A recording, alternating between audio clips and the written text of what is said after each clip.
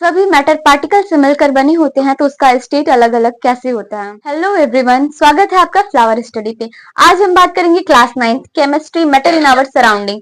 इसमें हम लोग बात करेंगे स्टेट ऑफ मैटर। मैटर के कौन कौन से स्टेट होते हैं। प्रीवियस लेक्चर में हमने देख चुका है कि मैटर्स के कैरेक्टरिस्टिक्स के बारे में, मतलब मैटर के पार्टिकल्स के कैरेक्टरिस्टिक्स के बारे में, और physical nature of matter. Matter के फिजिकल नेचर क्या होते हैं, कैरेक्टरिस्टिक्स क्या होता है, इसके पार्टिकल्स के बीच में, इसके पार्टिकल्स के क्या क्या मतलब क्या क्या प्रॉपर्टीज होता है। इस इन सारी चीजों को हमने इसके प्रीवियस लेक्चर में अच्छे से डिस्कस किया। अगर आप लोग वो नहीं देखे होंगे तो यहाँ पे थोड़ा तो प्रॉब्लम होगा, प्रॉब्लम और वैसे भी यहाँ पे सॉल्व हो जाएगा। तो सबसे पहले हम लोग बात करते हैं कि व्हाट इज मैटर। मैटर क्या है, किसे हम मैटर कहते हैं। तो आप लोग क्या सोच पा रहे हैं, जैसे कि प्रीवियस लेक्चर में यानी कि पहले वाले लेक्चर में हमने देखा है मैटर का डिफिनीशन कि क्या है मैटर। तो इसमें भी देख लेते हैं, मतलब पढ़ लेते हैं। सबसे पहले मैटर क्या है। What is matter, anything that has मास, यानी कि वो सारी चीजें जिसके पास मास है। क्या आप कोई ऐसी चीज सोच पा रहे हैं जिसके पास मास नहीं है। आप अपने अगल बगल देखिए, आपको जो सारी चीजें दिखाई दे रही हैं उन सारे के चीजों के पास कुछ ना कुछ मास है। यहाँ कुछ ना कुछ मतलब मास है, वॉल्यूम है, और वो कुछ स्पेस ऑक्यूपाई करते हैं। क्या ये सारी प्रॉपर्टी है। अगर आपके ब्रेन में कुछ मतलब अलग सा आ रहा है जिसके पास ये नहीं है, जैसे अगर आपके ब्रेन में आ रहा हो एयर, तो एयर में जैसे कि उसके पार्टिकल्स में मास होता है कि नहीं होता है, ये तो हम नहीं जान पाते हैं, हम मतलब हमें नहीं पता लग पाता है। तो वो भी एक मैटर है। क्यों, क्योंकि उसके पार्टिकल्स बहुत छोटे होते हैं और इसलिए हमें उसका जो उसके पार्टिकल्स का जो मास होता है हमें फील नहीं होता है, लेकिन उसके भी पार्टिकल्स में मास होता है। तो anything that has mass and occupy some space means कि चाहे कुछ भी है, चाहे कुछ भी है, अगर हम उसे कहीं रख रहे हैं तो वहां की वो वहां का स्पेस ऑक्यूपाई कर ले रहा है, चाहे हाथ पे रखें या बोर्ड पे रखें या कहीं भी रखें। तो ये इसके अंदर ये भी नेचर होता है कि ये स्पेस को ऑक्यूपाई कर लेता है। और मेटल्स को हम अपनी सेंस के थ्रू फील भी कर सकते हैं, जैसे एयर और इट बहुत सारी चीजें हैं। उस एयर्स में जो जो चीजें अवेलेबल हैं, ऑक्सीजन, नाइट्रोजन, हाइड्रोजन, ये सारी चीजें हम अपने सेंस के थ्रू ही फील कर पाएंगे। अगर ज्यादा रहेगा तो हमें स्मेल्स के थ्रू, स्मेल्स भी हमारी एक तरीके के सेंस की ही तरह वर्क करेंगे। तो इस लेक्चर में हम बात करेंगे स्टेट ऑफ मैटर। मैटर के कौन कौन से स्टेट होते हैं। और जैसे कि हम लोगों को नॉर्मली पता है और हमें बताया जाता है क्लास 8 तक कि हमारे मैटर के सिर्फ 3 स्टेट होते हैं, सॉलिड, लिक्विड और गैस। तो ऐसा नहीं है कि मैटर के सिर्फ 3 स्टेट होते हैं, मैटर के बहुत सारे स्टेट होते हैं, मतलब रिसर्च किया गया है। लेकिन हम नॉर्मली जनरली अपने आसपास, चाहे हम कहीं भी अपने सराउंडिंग में दिखते हैं तो हमें सिर्फ 3 ही दिखाई देता है। इसीलिए वैसे 9th के सिलेबस में हमें सिर्फ 3 ही पढ़ना है, सॉलिड, लिक्विड और गैस। क्या आप अपने अगल बगल या कहीं भी कोई ऐसा चीज देख पा रहे हैं जो ना ही सॉलिड है, ना ही लिक्विड है, ना ही गैस है। क्या कुछ देख पा रहे हैं, नहीं, क्योंकि ना ही आपकी अभी थिंकिंग उतना डेवलप हुआ है कि आप देखें तो आप उससे थिंकिंग कर सकें कि हाँ वो मतलब इन तीनों से अलग है। वैसे रिसर्च तो बहुत सारी चीजों का किया गया है। हम लोग किसी किसी स्कूल में एक और स्टेट पढ़ाया जाता है मैटर का, प्लाज्मा स्टेट। प्लाज्मा स्टेट में हमें क्या पढ़ना होता है। इसके प्रीवियस लेक्चर में, मतलब पहले वाले लेक्चर में हमने देखा कि मैटर जो है एटम से मिलकर बना होता है, और मैटर का पार्टिकल जो है वो एटम से मिलकर बना होता है। और एटम्स जो है वो पॉजिटिव और निगेटिव, और पॉजिटिव और निगेटिव चार्ज से मिलकर बना होता है। और इसमें एक और चार्ज होता है न्यूट्रल, जो न्यूट्रल होता है उस पर कोई चार्ज नहीं होता है। तो पहले आप सिर्फ समझिए पॉजिटिव और निगेटिव। पॉजिटिव जो होता है उसे प्रोटॉन कहते हैं और निगेटिव जो होता है उसे न्यूट्रॉन कहते हैं। अभी तो आपको इसके बारे में मतलब नहीं जानना है अभी 9th के सिलेबस में, लेकिन आप इसे समझने के लिए समझिए। और जहाँ पे पॉजिटिव और निगेटिव अलग अलग हो जाता है, जहाँ पे प्लस अलग माइनस अलग अलग हो जाता है, उसे हम लोग कहते हैं प्लाज्मा स्टेट। तो बहुत सारे स्कूलों में प्लाज्मा स्टेट के बारे में भी पढ़ाया जाता है। तो यहाँ पे हम लोग बेसिकली बात करेंगे सॉलिड, लिक्विड एंड गैस सबसे पहले। और इस लेक्चर में वैसे एग्जाम्पल तो हम तीनों के देखेंगे, लेकिन सॉलिड के पूरे प्रॉपर्टी के बारे में पढ़ेंगे। और अगर और मतलब लिक्विड और गैस के इसके आगे वाले लेक्चर में हम लोग पढ़ेंगे। तो पहले देखते हैं हम some other example of solid, liquid and gas, यानी कि सॉलिड, लिक्विड की, गैस की अदर एग्जांपल्स। पहले सॉलिड का बात करते हैं हम। सॉलिड यानी कि iron, wood, stone, gold, ice, pencil, book, needles, etc। ये सारी चीजें सॉलिड ही क्यों हैं? हम इन्हें सॉलिड ही क्यों कह रहे हैं? इनमें कुछ तो कॉमन होगा कि सारी चीजों को हम सॉलिड ही कह रहे हैं। वैसे ये तीनों मैटर के स्टेट हैं, तो मैटर की जो प्रॉपर्टी है यानी कि मैटर सम ऑक्यूपाई सम स्पेस या दैट हैज मास यानी कि मैटर के पास मास है, तो ये सारी चीजें तो इन तीनों के पास है, यानी कि वाटर के पास भी तो है, उसके पास भी तो कुछ मास है, एयर के पास भी तो है। तो इसे हम इसे सॉलिड ही क्यों कह रहे हैं? क्योंकि इन सारी चीजों में कॉमन क्या है? इन सारी चीजों में कॉमन ये है कि ये बहुत ही स्ट्रॉन्ग है, यानी कि स्ट्रॉन्ग है। क्या हम इस मार्कर को सॉलिड कह सकते हैं? हाँ, ये भी बहुत स्ट्रॉन्ग है। क्या हम इसे स्ट्रेच करके ऐसे ऐसे करके स्ट्रेच करके हम इसे अलग अलग कर सकते हैं, फैला सकते हैं? नहीं, नहीं कर सकते हैं। इसलिए ये जो सॉलिड होता है वो बहुत ही ज्यादा स्ट्रॉन्ग होता है। ऐसा क्यों होता है अभी मैं मतलब डिस्कस करेंगे। पहले उसके बाद देखते हैं लिक्विड। लिक्विड क्या है? Water, milk, petrol, kerosene oil, alcohol, cooking oil, juice, etc। ये सारी चीजें लिक्विड हैं। क्यों? क्योंकि इन सारी चीजों में कॉमन क्या है कि इन सारी चीजों के जो पार्टिकल्स हैं वो थोड़े दूर दूर हैं। जैसे कि ये सॉलिड के कंपेयर में हार्ड यानी कि स्ट्रॉन्ग नहीं है। हम इसमें अपने हाथ को आसानी से डाल सकते हैं। क्या हम सॉलिड में अपने हाथ को ऐसे डाल सकते हैं? नहीं। लेकिन अगर यही लिक्विड है तो हम अपने हाथ को आसानी से डाल सकते हैं। और इसमें यही कॉमन है। अब बात करते हैं गैस। गैस क्या है? Air, oxygen, nitrogen, hydrogen, ammonia, carbon dioxide, LPG, etc। ये सारी चीजें गैस ही क्यों है? क्या कॉमन है इनमें? इनके पार्टिकल्स बहुत ज्यादा मूव करते रहते हैं, यानी कि हमारे सराउंडिंग में इसके पार्टिकल्स को अगर हम अपने रूम में लाते हैं और मतलब खुला है बॉक्स, अगर किसी बॉक्स में पैक करके लाते हैं और अगर उसे हम लोग खोल देते हैं तो वो पूरे रूम में फैलने में वक्त ही नहीं लगता है। और इसके पहले वाले लेक्चर में हमने कुछ एक्टिविटी को देखा है। एक्टिविटी को देखा है, जैसे कि कोई इंसान है, अगर हम लोग मतलब सारे लोग इंसान ही हैं, अगर कोई है जो परफ्यूम लगा के किसी रूम में जाता है तो वहां पे उस रूम में उसके आने से पहले कोई स्मेल नहीं था, लेकिन जैसे ही वो हमारे रूम में एंटर करता है वैसे ही पूरे रूम में परफ्यूम का स्मेल फैल जाता है। ऐसा क्यों? क्योंकि वो गैस के पार्टिकल्स हैं और बहुत ज्यादा मूवमेंट करते हैं। ऐसा क्यों होता है ये हम स्ट्रक्चर से समझते हैं। पहले ये है सॉलिड का स्ट्रक्चर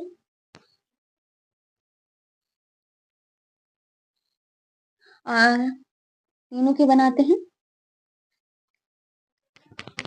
सॉलिड्स के जो है पार्टिकल्स बहुत पास पास होते हैं। तो पहले इसका स्ट्रक्चर अच्छे से बना लेते हैं, उसके बाद डिस्कस करेंगे। और लिक्विड के जो पार्टिकल हैं सॉलिड के कंपेयर में दूर दूर दूर दूर होते हैं, और गैस के जो पार्टिकल्स हैं वो लिक्विड के कंपेयर में दूर दूर होते हैं और सॉलिड के कंपेयर में तो बहुत ही ज्यादा दूर होते हैं। ये गैस के पार्टिकल्स हैं। लिख पे लेते हैं कलर। और अगर क्या कहते हैं प्लाज्मा को देखा जाए तो उस कुछ इस तरह होगा, positive positive positive positive positive, एक तरफ negative negative negative negative negative positive. जहाँ पे ये मतलब ऐसा नहीं है कि इधर निगेटिव नहीं रहेगा इधर पॉजिटिव नहीं रहेगा, लेकिन इसके चार्ज जो है अलग अलग हो चुके रहेंगे, तो इसे हम लोग कह देंगे प्लाज्मा स्टेट। तो प्लाज्मा को हमें नहीं समझना तो इसे हम इरेज कर लेते हैं। इसको देखते हैं सॉलिड, लिक्विड,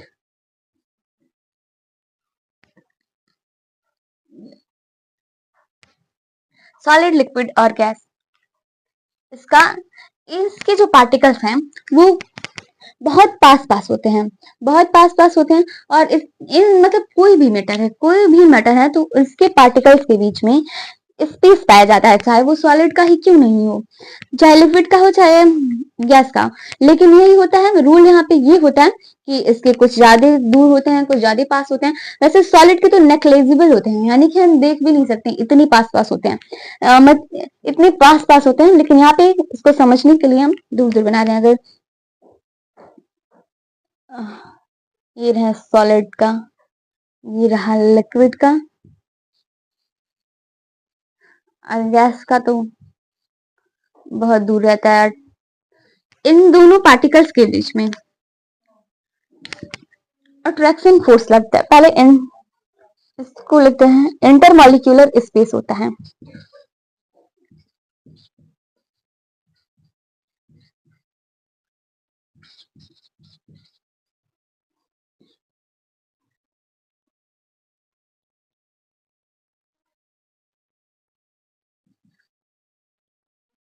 और क्या होता है, इंटरमॉलिक्यूलर स्पेस होता है और इंटरमॉलिक्यूलर फोर्स भी इन दोनों के बीच में लगता है।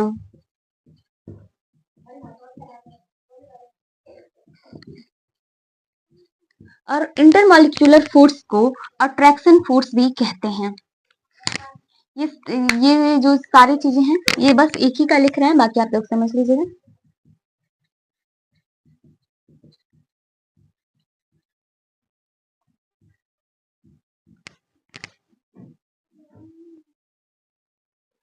इंटरमॉलिक्यूलर स्पेस को इंटरमॉलिक्यूलर फोर्स को अट्रैक्शन फोर्स भी कहते हैं। अट्रैक्शन इट मीन्स कि दोनों पार्टिकल्स के बीच में, दोनों पार्टिकल्स यानी कि जो मैटर के पार्टिकल्स हैं, इन इससे एटम कहेंगे, और इन दोनों एटम के बीच में इंटरमॉलिक्यूलर स्पेस पाया जाता है। इंटरमॉलिक्यूलर स्पेस इन तीनों के बीच में पाया जाता है।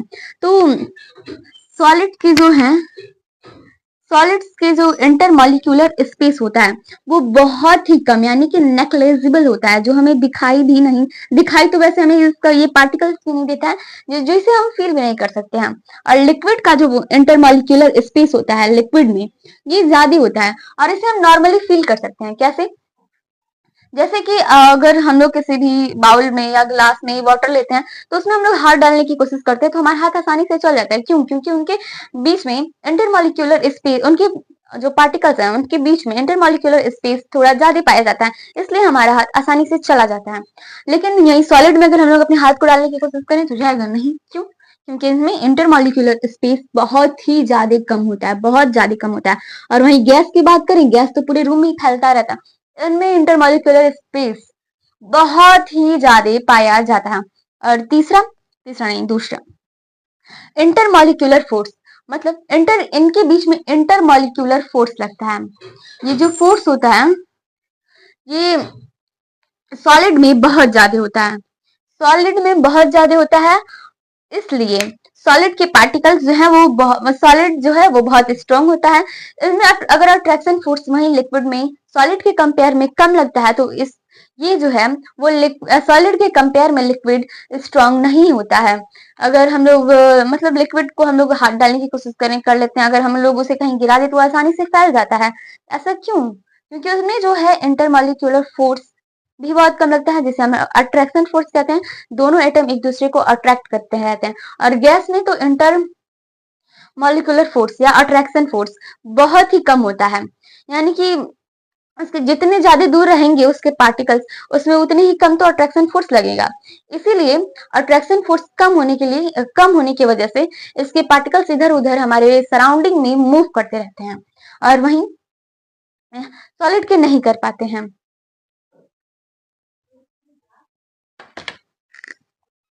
और यही डिफरेंट होता है। तो किसी को हम सॉलिड कह देते हैं और किसी को लिक्विड कह देते हैं और किसी को गैस कह देते हैं, क्योंकि इनके पार्टिकल्स के बीच में अगर पार्टिकल्स ज्यादा पास पास हैं तो वो सॉलिड, अगर पार्टिकल्स थोड़े से दूर दूर हैं तो वो लिक्विड, अगर पार्टिकल्स बहुत ज्यादा दूर दूर हैं तो वो गैस। इसीलिए हम लोग कहते हैं मतलब पार्टिकल्स, सारे मैटर पार्टिकल से मिलकर बने होते हैं, फिर भी उनका स्टेट अलग अलग होता है। और हमने इसके पहले वाले लेक्चर में यानी कि प्रीवियस लेक्चर में हमने देखा था कि characteristics of particles of matter, उसमें देखा था कि पार्टिकल्स जो होते हैं मैटर के, सारे पार्टिकल्स मूव करते रहते हैं, यानी कि वो सारे पार्टिकल्स इधर उधर घूमते रहते हैं। कोई भी, जैसे कि हमने एक्टिविटी देखा था कि किसी भी बाउल में या ग्लास में या बीकर में हम लोग वाटर लेते हैं और उसमें 1 या 2 ड्रॉप्स हम इंक का ही, या रेड इंक हो या कोई सा कलर, हमने बुक में तो है रेड इंक या ब्लू इंक को हम लोग उसमें डालते हैं और बिना ही मिलाए वो कुछ देर बाद मिल जाता है। क्यों? क्योंकि उसके मैटर्स के जो पार्टिकल्स हैं वो हरदम मूव करते रहते हैं। तो लिक्विड के भी पार्टिकल्स मूव करते हैं, यानी कि ये भी तो मैटर है, इसके भी पार्टिकल्स मूव करते रहते हैं। इसलिए वो मतलब मूव करते करते उसके पार्टिकल कभी यहाँ से वहां ऊपर जाते हैं, ऊपर से नीचे आते हैं, नीचे से, इसलिए वो सारी मतलब मिल जाता है। तो क्या सॉलिड के भी पार्टिकल्स मूव करते होंगे? अभी तो आपने सुना सॉलिड में बहुत ही ज्यादा वाला स्ट्रॉन्ग अट्रैक्शन फोर्स लगता है, तो क्या उसके भी पार्टिकल्स मूव करते होंगे? आपको क्या लग रहा है? तो हाँ, सॉलिड के भी पार्टिकल्स मूव करते हैं, सॉलिड के पार्टिकल्स मूव करते हैं। कैसे? वो तो मतलब अट्रैक्शन फोर्स में बंधे हुए हैं, इधर-उधर नहीं जा सकते। अगर वो जा सकते तो हम उन्हें आसानी से स्ट्रेच कर सकते, तोड़ सकते हैं। तो ऐसा इसलिए सॉलिड के पार्टिकल्स जो हैं वो अपने ही जगह पे मूव करते हैं, वो कहीं भी जाते-आते नहीं हैं। क्योंकि उनके बीच में अट्रैक्शन फोर्स बहुत ही ज़्यादा होता है और इंटरमॉलिक्यूलर स्पेस जो है वो बहुत कम होता है, इसलिए वो कहीं तो आ जा पाते नहीं हैं। यानी कि वो एकदम अपनी ही जहाँ हैं वहीं रहते हैं और वहीं वो वाइब्रेट करते रहते हैं, वो अपनी जगह पे घूमते रहते हैं। तो सॉलिड्स के भी पार्टिकल्स मूव करते हैं, यानी कि अपनी जगह पे वो वाइब्रेट करते हैं और लिक्विड के पार्टिकल्स तो घूमते ही रहते हैं, गैस के पार्टिकल्स तो एकदम जैसे इन पे किसी का प्रेशराइजेशन नहीं है, ये अपने मर्जी से चाहे जहां मर्जी वहां जाए, ना ही कोई रोक सकता है ना ही कोई टोक सकता है। तो अब हम बात करते हैं सॉलिड की कुछ प्रॉपर्टीज के बारे में। अब हम बात करेंगे प्रॉपर्टीज ऑफ सॉलिड। थोड़ा राइटिंग को अभी इग्नोर करिएगा, पहले देखते हैं कि सॉलिड के प्रॉपर्टी क्या क्या होते हैं। प्रॉपर्टी का अगर हिंदी में देखें तो गुण, यानी कि किसी भी चीज का कौन क्या क्या नेचर है, क्या क्या प्रॉपर्टी है। तो इसमें हम लोग बात करेंगे सॉलिड के प्रॉपर्टीज ऑफ सॉलिड स्टेट, यानी कि मैटर के जो सॉलिड स्टेट होता है, सॉलिड स्टेट जिसको अभी हमने देखा, उसका स्ट्रक्चर बना के हमने उसके बारे में समझा। तो मतलब सॉलिड के क्या क्या प्रॉपर्टीज होते हैं, तो उसे हम लोगों को अगर आप लोग वो अच्छे से समझे होंगे तो इसे समझना बहुत ही आसान है। तो हम लोग देखते हैं पहला पहला property, solid have a definite shape, size and volume. Solid का जो है वो शेप, साइज और वॉल्यूम तीनों डिफिनिट यानी कि फिक्स होता है, वो चेंज नहीं होता है। अगर ऐसा नहीं है कि हम सॉलिड के शेप्स को चेंज नहीं कर सकते हैं, कर सकते हैं, लेकिन हमें इसमें किसी तीसरे का जरूरत पड़ेगा। तीसरे का मतलब या हमें उस पर प्रेशर देना पड़ेगा या टेम्परेचर, इट ऐसे बहुत सारी चीजें हैं जिससे हम सॉलिड्स के स्टेट को चेंज कर सकते हैं। ऐसे बहुत मतलब कि अगर हम मतलब नॉन नेचुरली इसका शेप जो है नहीं चेंज होगा, जैसे कि अगर कोई मार्कर है या कुछ भी है या कोई ग्लास है या बॉल, अगर कोई भी इस शेप में है तो इसका मतलब स्ट्रक्चर अपने आप ऐसे बन नहीं जाएगा, ये हरदम ही ऐसे ही रहेगा। अगर इसका स्ट्रक्चर ऐसे बनाना है तो इस पे हम लोगों को नेचुरली नहीं बनेगा, इस पे हमें प्रेशर या टेम्परेचर देना पड़ेगा। मतलब टेम्परेचर अगर हम इसे मतलब गर्म करेंगे तो ये सॉलिड मतलब पिघल सकता है। ये सारी चीजें हम लोग अभी आगे डिस्कस करेंगे आगे वाले लेक्चर्स में अच्छे से कि क्या क्या मतलब मेटल्स के बारे में ये सारी चीजें क्या होती हैं। अभी फिलहाल मतलब इस वक्त इसे ही देखते हैं। तो solid have a different shape and size and volume, ये जो इसका साइज है और वॉल्यूम मीन्स कि अगर कोई भी चीज है वो इतना ही दूर पे अगर रखा गया है तो ये नहीं है कि आज यहाँ पे है इतना है तो कल इतना बड़ा हो जाएगा। इसका वॉल्यूम यानी कि इसके जो पार्टिकल्स हैं वो जितने पास पास हैं, इनके पार्टिकल्स के कैसे हैं, और इसे ही हम लोग वॉल्यूम कहते हैं। यानी कि वॉल्यूम का ये डिफिनीशन तो नहीं है अच्छा सा, उसको मैं आपको लिखवा दूंगी अभी। वैसे भी एनसीईआरटी क्वेश्चन पूछा गया है, एनसीईआरटी क्वेश्चन का जब सोल्यूशन देखेंगे तो हम लोग उसमें देख लेंगे कि इन वॉल्यूम है और भी बहुत सारी चीजें हैं जिसमें हमें उसका डिफिनीशन देना है। तो अभी इतने इन सारी चीजों को समझते हैं।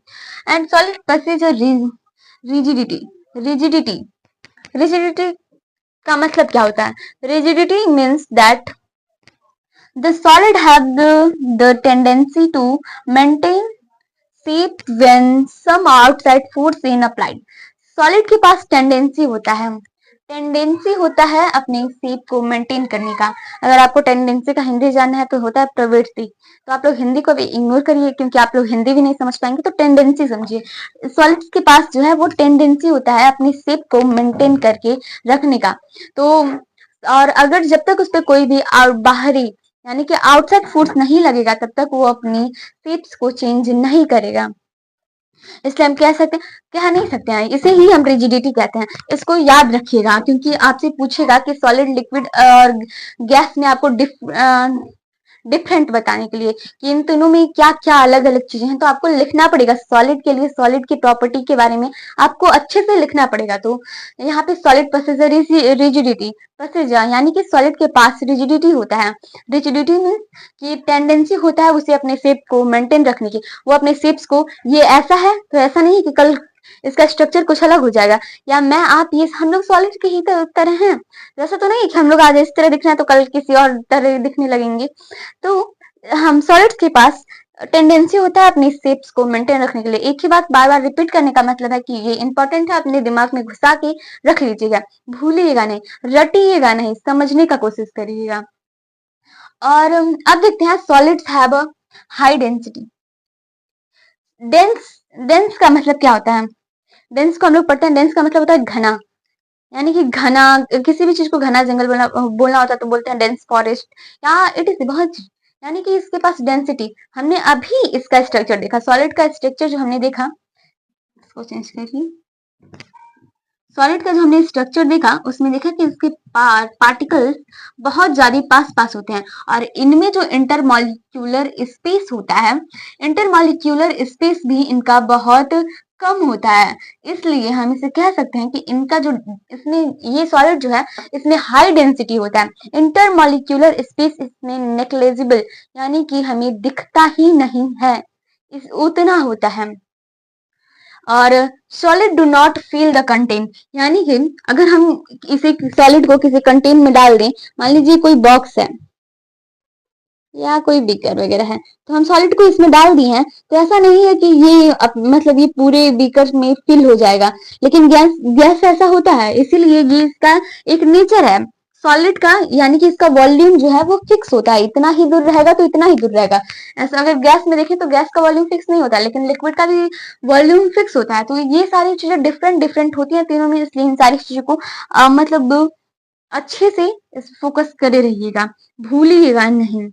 Do not fill the content, यानी कि और एक चीज और होता है डिफ्यूजन करके, डिफ्यूजन इसमें कहीं लिखे हैं नहीं लिखे हैं। डिफ्यूजन क्या होता है? ये सॉलिड के पास नहीं होता है डिफ्यूजन, डिफ्यूजन जो है वाटर के पास होता है, यानी कि लिक्विड के पास होता है। डिफ्यूजन इट मींस कि कोई भी दो मैटर है, दो डिफरेंट डिफरेंट मैटर हैं, अगर हम उनको आपस में मिला के रख दें तो कुछ दिन बाद वो आपस में एकदम मिल के एक बन जाएंगे, यानी कि दो हैं, दो मिलके एक बन जाएंगे। जैसे कि अगर हम लोग वाटर में एक वाटर अलग अलग है सब्सटेंस है, और वहीं पे इंक ले ले तो वो अलग सब्सटेंस है, अगर हम दोनों को मिलाएंगे तो दोनों मिलकर एक बन जाएंगे। लेकिन अगर हम लोग सॉलिड के लिए लें तो अगर हम लोग चीनी मिला दें और शक्कर मिला दें तो वो मिलेगा नहीं, अलग अलग ही रहेगा। वैसे ये मिल भी सकता है कुछ टाइम बाद, इसे हम लोग एब्सेप्शन बोल देते हैं। एब्सेप्शन यानी कि केमिस्ट्री में एब्सेप्शंस बहुत सारे होते हैं। एब्सेप्शन को हिंदी में बोलते हैं अपवाद, अगर आप लोग सुने हो तो। नहीं तो केमिस्ट्री एक एक्सेप्शनों का दुनिया है, जिसमें ऐसा चीजें होती हैं, लेकिन ऐसे नहीं है कि कुछ चीजें होती हैं।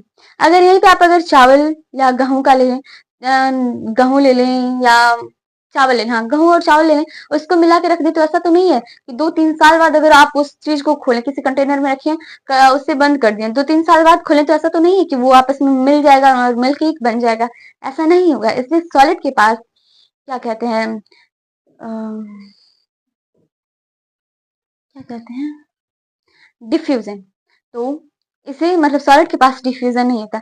और एक और चीज मतलब कॉमन सा क्वेश्चन है जो कोई भी पूछ लेता है हम लोगों से, कि हम लोग जानते हैं कि सॉलिड का जो है वो अपने शेप्स को मेंटेन करके रखता है, उसके पास टेंडेंसी है शेप को मेंटेन करने की। तो अगर उसका हमें चेंज करना है शेप, तो उसके लिए हमें कोई भी फोर्स, बाहरी फोर्स की नीड होगी। तो क्या अगर हम लोग और मतलब अगर हम उसे किसी भी कंटेनर में डालेंगे तो वो उसका शेप नहीं लेगा, लेकिन अगर चावल ले लें, चीनी ले लें या नमक मतलब या सॉल्ट ले लें, या बहुत सारी चीजें मतलब जो ऐसी छोटी छोटी में मतलब होते हैं, उन सारी चीजों को अगर हम किसी भी चीज में डालते हैं, अगर हम उसे एक बाउल में डालेंगे, नमक को मतलब सॉल्ट को डालें या शुगर को डालें या चावल को डालें या गेहूं को डालें, तो क्या होगा, वो उसका शेप ले लेगा। तो क्या हम इन सारी चीजों को लिक्विड बोल देंगे? नहीं, ऐसा हम उन्हें लिक्विड नहीं बोलेंगे। क्यों? क्योंकि इनका जो एक पार्टिकल्स मतलब एक गेहूं होता है, वो अपना शेप नहीं चेंज कर रहा है, वो तो उसके अलग अलग अलग अलग सेम पार्टिकल्स हैं, मतलब सेम थिंग्स हैं जो अपनी चेंज को अपने मतलब अपनी शेप वो अलग अलग मतलब मिल के बन रहे हैं, ना कि वो सारी चीज मिला के ही कोई एक चीज है, एक है। यानी कि अगर लिक्विड की एक ड्रॉप की बात कर लें, यानी एक बूंद की बात कर लें, तो वो एक बूंद अलग है, और बाकी चीजें अलग हैं, मतलब उनको हम मिलाएंगे तो उसमें मिल जाएगा, अलग नहीं होगा उसमें से। लेकिन ये जो गेहूं है या सॉल्ट की या सुगर्स की जो पार्टिकल्स हैं, क्रिस्टल हैं, ये अलग अलग एक एक क्रिस्टल है, एक एक क्रिस्टल है। तो इसलिए हम इन्हें ये नहीं कह सकते हैं कि हम किसी भी चीज में डालते हैं तो ये उनका शेप ले लेंगे तो ये लिक्विड बन जाएंगे या गैस बन जाएंगे। तो और एक और आता है क्ले। बहुत लोगों को इस पे डाउट रहता है कि क्ले, इस पे कोई एक्सेप्शन वगैरह नहीं है। क्ले जो है वो एक सॉलिड है। क्यों क्ले को हम सॉलिड क्यों कहते हैं? हाँ, जबकि हमें पता है कि क्ले को हम लोग जैसा शेप देते हैं वो तो ऐसा ले लेता है, क्ले का शेप चेंज होता है। हाँ, चेंज होता है, लेकिन ऐसा नहीं है कि क्ले का जो शेप है वो अपने आप चेंज हो जाता है। हम उसे ऐसे रखे हुए हैं कहीं सर्कल सर्कल बना के, मतलब बॉल बना के, सॉरी, बॉल बना के रखे हुए हैं, तो ऐसा नहीं है कि कल को वो क्यूब बन जाएगा। ऐसा तो नहीं होने वाला है ना। इसलिए अगर वो कल को क्यूब बनेगा तो उसपे हम लोगों को मतलब प्रेशर देना पड़ेगा। प्रेशर देंगे तो वो हो जाएगा आउटसाइड फोर्स। आउटसाइड फोर्स हो जाएगा, यानी कि जब वो उसे हम लोग बाहरी फोर्स देंगे तब वो उसका शेप चेंज होगा। और मतलब अगर हम उस पे नहीं बाहरी फोर्स देंगे तो वो उसका शेप वगैरह नहीं चेंज होगा। इसलिए वो एक सॉलिड है। और हम किसी भी सॉलिड को फोर्स देके, टेम्परेचर देके उसका हम लोग स्टेट चेंज कर सकते हैं। स्टेट चेंज करेंगे यानी कि पार्टिकल्स को आगे या पीछे करेंगे। सॉलिड है तो यानी कि सॉलिड है तो हम लोग या तो उसे लिक्विड में चेंज करेंगे या गैस में चेंज करेंगे, या सॉलिड डायरेक्ट गैस में भी चेंज होता है। हाँ, अगर आप लोग को ध्यान हो तो कैंपर जो हमारी पूजा में इस्तेमाल किया जाता है, हिंदी में उसे कपूर बोलते हैं, जिसको हम लोग जलाते हैं तो वो लिक्विड में चेंज नहीं होता है, सीधे ही सॉलिड से गैस में चेंज हो जाता है। ये सारी चीजें भी होती हैं। तो उसमें क्या होता है, उसके पार्टिकल्स ही तो दूर दूर होते हैं, तभी तो हम क्या कहते हैं कि सॉलिड, ये लिक्विड, मतलब ये गैस बन गया।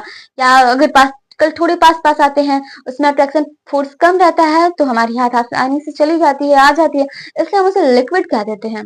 और सॉलिड के जो पार्टिकल्स हैं वो बहुत पास पास होते हैं। यही पार्टिकल्स की ही डिफरेंट, यानी कि पार्टिकल्स ही इधर उधर रहेंगे तो ही हम किसी भी मैटर के शेप्स को चेंज, शेप नहीं, स्टेट को चेंज कर पाएंगे। तो आई होप कि आप लोगों को आज का पूरा वीडियो अच्छे से समझ में आया हो। अगर कहीं भी आपको थोड़ा सा भी डाउट है तो आप लोग कमेंट करके पूछ लें। और अगर आपको वीडियो अच्छा लगा हो तो लाइक और सब्सक्राइब जरूर करें। Thank you everyone.